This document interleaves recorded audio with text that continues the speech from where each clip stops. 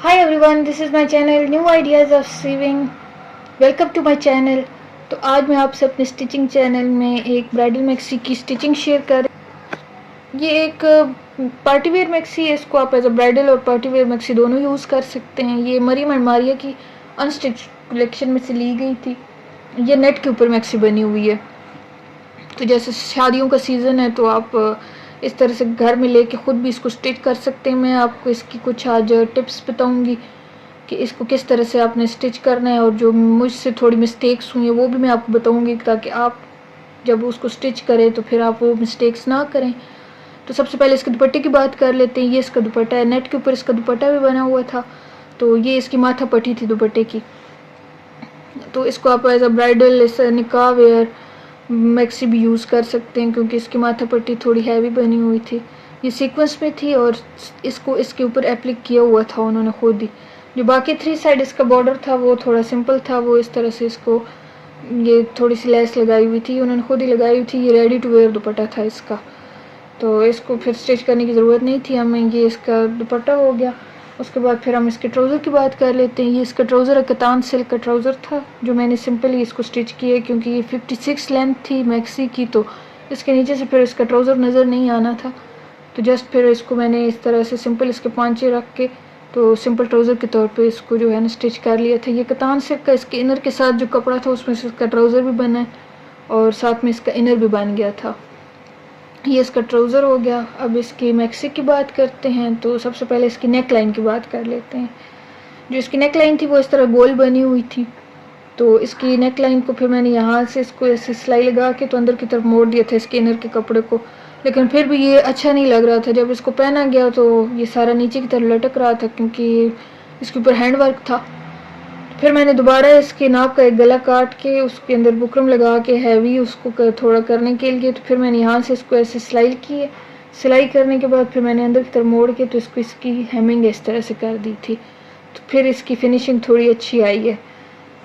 बाकी इसका जो बैक साइड पे था वो आप देख सकते हैं कि कुछ इस तरह का बना हुआ था, लेकिन इसका जो बैक साइड का था वो मैंने बिल्कुल सिंपल ऐसे ही उसको इसके इनर के साथ स्टिच करके तो अंदर की तरफ उसका इनर मोड़ दिया, तो ऊपर से एक सिलाई लगा दी है।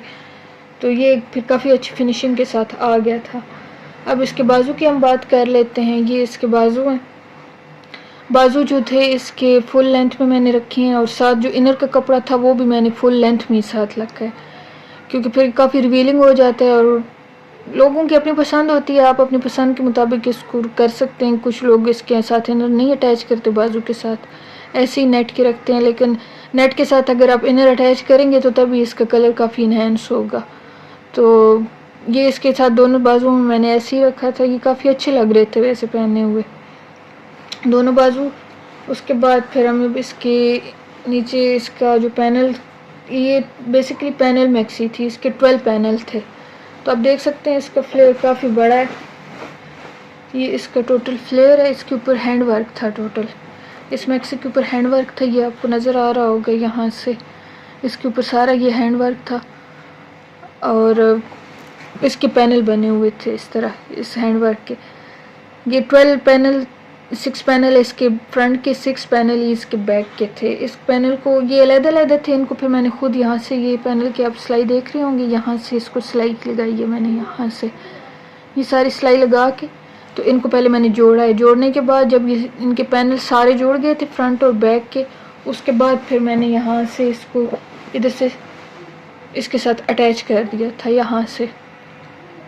लेकिन फिर भी ये पैनल ज़्यादा, इनकी जो वेट थी वो ज़्यादा आ रही थी और जो बॉडी की वेट थी वो कम आ रही थी।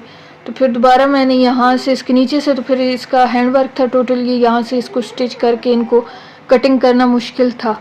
तो उसके बाद फिर मैंने यहाँ से जो था ये सीक्वेंस वर्क था जस्ट, इसको फिर मैंने इस तरह से कट किए पैनल की शेप में। उसके बाद फिर यहाँ से इसको मैंने दोबारा सिलाई लगा के ये 6 पैनल्स को दोबारा कट करके, तो जब इसकी विड्थ पूरी हो गई थी तो फिर मैंने यहाँ से इसको जो था ना इसकी बॉडी के साथ अटैच कर दिया था, तो तब इसकी विड्थ पूरी आई थी। लेकिन फिर भी ये थोड़ी सी लूज़ है, इसको आप फिटिंग में नहीं रख सकते काम वाली मैक्सीज को, क्योंकि फिर इसकी फिनिश।